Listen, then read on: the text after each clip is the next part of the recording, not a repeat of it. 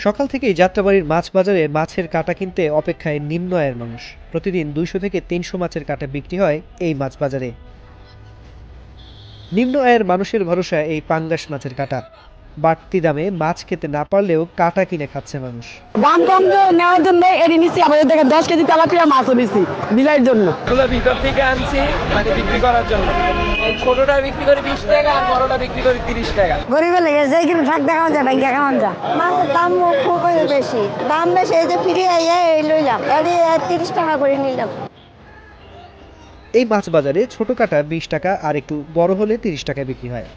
সামান্য মাংস কিংবা মাছের মাথা থাকায় তা দিয়েই চলে নিম্ন কিংবা মধ্যবিত্তের সংসার।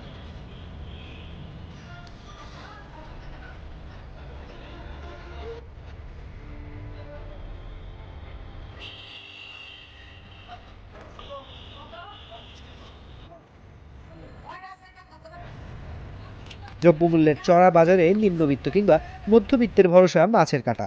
তাদের অনুরোধ সরকার যেন দ্রুত বাজার নিয়ন্ত্রণ করে।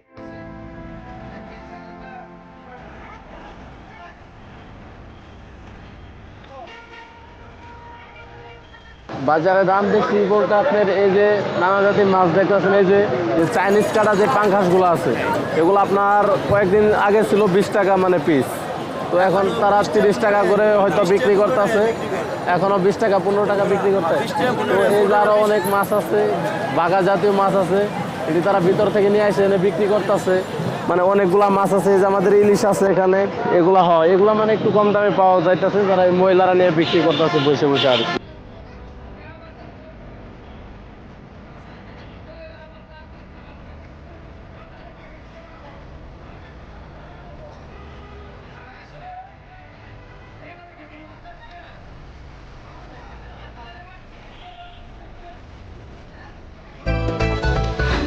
সংসারে প্রাণ চালাচ্ছে স্বাদে ভরপুর, তাজা কুড়মুড়, মুচমুচে খাস্তা, এলিগেন্ট নাস্তা, টক ঝাল ঝাল টক, বাদাম প্রচুর, ছোট বড় সকলের প্রাণ চানাচুর। স্বাদে ভরপুর প্রাণ চানাচুর।